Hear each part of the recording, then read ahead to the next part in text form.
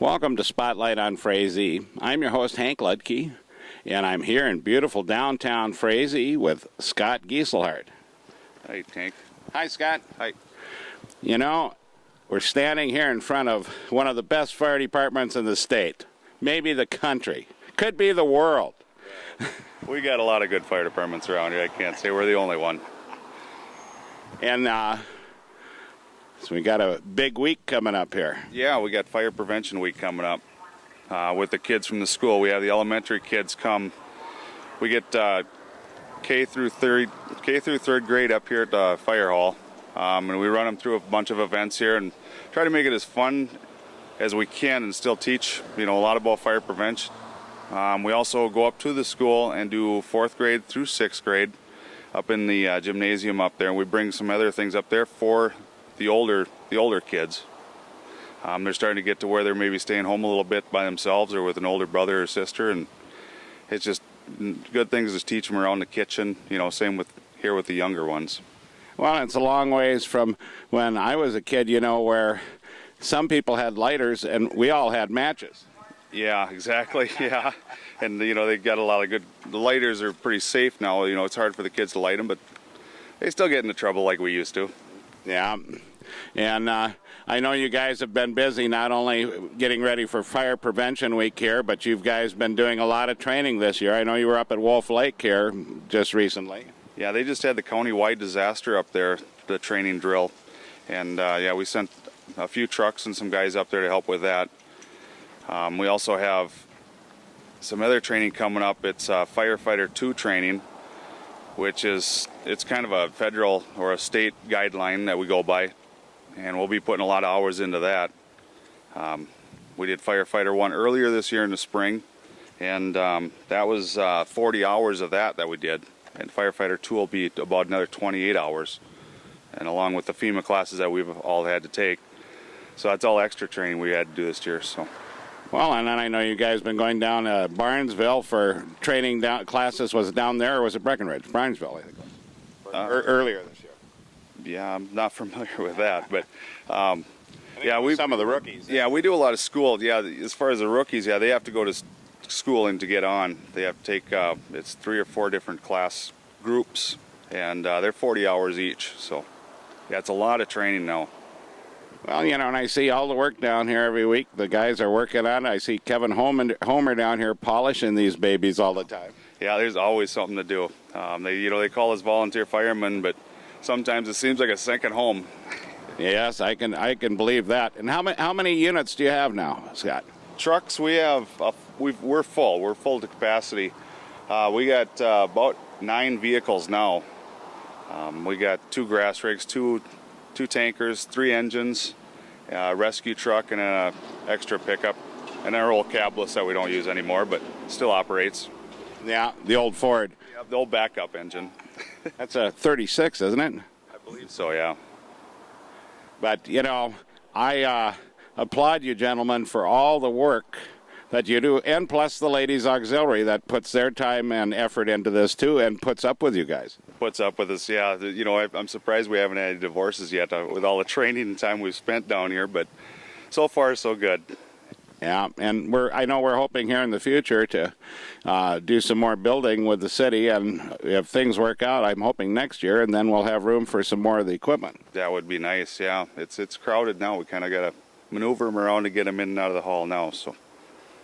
But, you never have enough firefighting equipment in my book. Any time that you could save a life because you had one more piece apparatus makes a difference. Yes, and that's kind of why we're doing all this training. We get so many more grants. There's so many grants available, and if you don't keep up with the training and keep certified, you don't get any grants. So that's why we put the extra time in so we can get some grants. And I don't know how much we've made this year in grants, but it's thousands and thousands of dollars.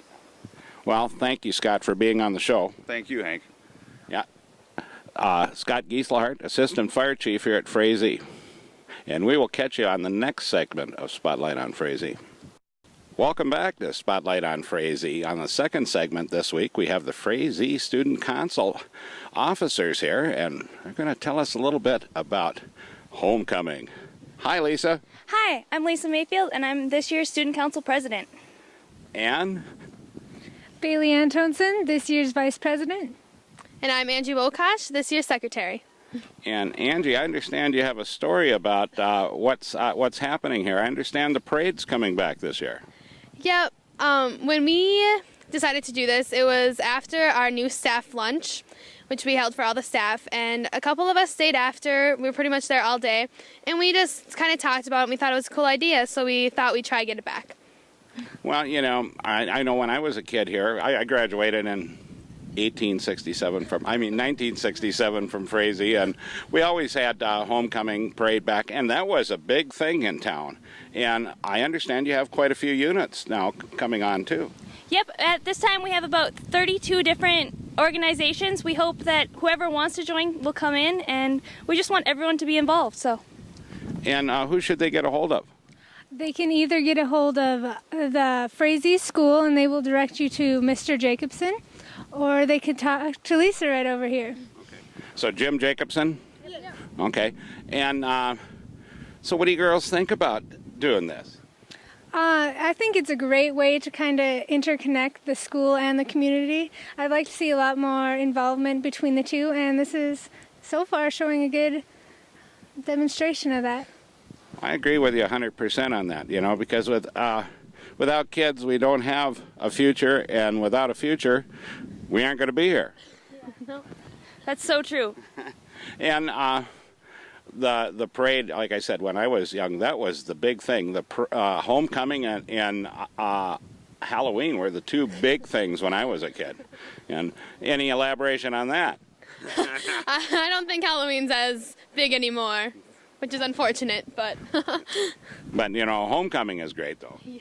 Definitely this year. We've got, not only do we have the new parade, but we've incorporated lots of new traditions that we hope to get started this year, which included the fashion show last week and include some new things we're going to be doing for homecoming.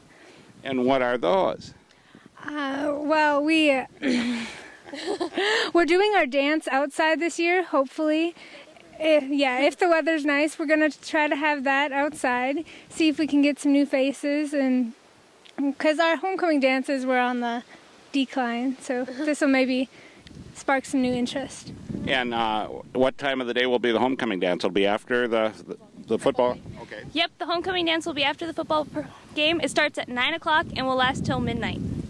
Well, that's great. You know, and of course, right now you're 2-2.